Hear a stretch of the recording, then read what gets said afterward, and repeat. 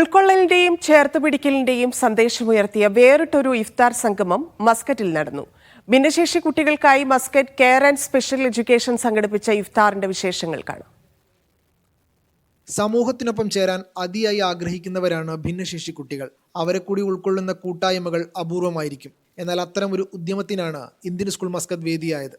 Muscat care and special education സംഘടിപ്പിച്ച ഇഫ്താർ വിരുന്ന് ഭിന്നശേഷി കുട്ടികളുടെ സ്വന്തം ഇഫ്താറായിരുന്നു. പാട്ടും കളികളുമൊക്കെയായി അവർ സദസ്സിനെ കയ്യിലെടുത്തു. തങ്ങളുണ്ടാക്കിയ ഉപഹാരങ്ങൾ വിശിഷ്ടാതിഥികൾക്ക് അവർ തന്നെ സമ്മാനിച്ചു. ഇങ്ങനെ വിരുന്ന് ഒരുക്കുന്നതിലൂടെ കുട്ടികൾക്ക് ഇങ്ങനത്തെ സംഗമങ്ങളിൽ അവസരം കിട്ടുകയും അവർക്ക് ഒരുമിച്ച് ഒത്തുകൂടാൻ എല്ലാവരുമായിട്ട് ഇടപെടാനൊക്കെ ഒരു അവസരം കിട്ടുകയാണ് ചെയ്യുന്നത്. അതൊരു വലിയൊരു ഓപ്പർച്യൂണിറ്റി ആയിട്ട് കരുതുന്നു. Oman chamber of commerce and industry director board അംഗവും ബദ്രസമ്മ ഗ്രൂപ്പ് MD-യുമായ അബ്ദുൽ ലത്തീഫ് ഉപ്പള വിശിഷ്ടാതിഥിയായിരുന്നു. എല്ലാ കുട്ടികൾക്കും സമ്മാനങ്ങൾ നൽകിയാണ് വിശിഷ്ടാതിഥികൾ മടങ്ങിയത്. ഇതൊരു സ്പെഷ്യലാണ്.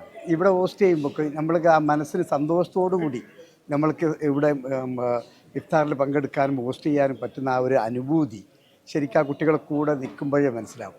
കാരണം അവർക്കെല്ലാവർക്കും നമ്മൾ ഒരു ഗിഫ്റ്റ് കൊടുക്കുന്നുണ്ട്. അതിന് പകരമായി ഇപ്പോൾ കഴിഞ്ഞ പ്രാവശ്യവും അവരെനിക്കൊരു ഗിഫ്റ്റ് തിരിച്ച് സമ്മാനിച്ചിരുന്നു. ഒരു പ്ലേറ്റിൽ ഇങ്ങനെ വരച്ച വളരെ നല്ല ആർട്ടാണ്. പക്ഷെ അത് സത്യത്തിൽ ആർട്ടിൽ ഹൃദയത്തിൽ തട്ടി അത് ഞാൻ എൻ്റെ വീട്ടിൽ കൊണ്ടുപോയി ഒരു സ്റ്റാൻഡ് ഉണ്ടാക്കി അത് ഇന്നും എൻ്റെ സ്വീകരണ മുറിയിൽ അത് വെച്ചിട്ടുണ്ട്. സ്ഥാപനത്തിലെ 100-ൽ പരം കുട്ടികളും അവരുടെ കുടുംബാംഗങ്ങളും Indian social club, Indian school director board അംഗങ്ങൾ എന്നിവരും പരിപാടിയിൽ പങ്കെടുത്തിരുന്നു. തങ്ങളുടെ ലോകത്ത് മറ്റുള്ളവരും കുറച്ച് സമയം ചെലവഴിച്ചതിൻ്റെ സന്തോഷമായിരുന്നു കുട്ടികൾക്ക്. ഉൾക്കൊള്ളലിൻ്റെ സാമൂഹിക അന്തരീക്ഷം സൃഷ്ടിച്ചതിൻ്റെ അഭിമാനമായിരുന്നു Muscat care and special education സ്ഥാപനത്തിന്. Media 1 Muscat.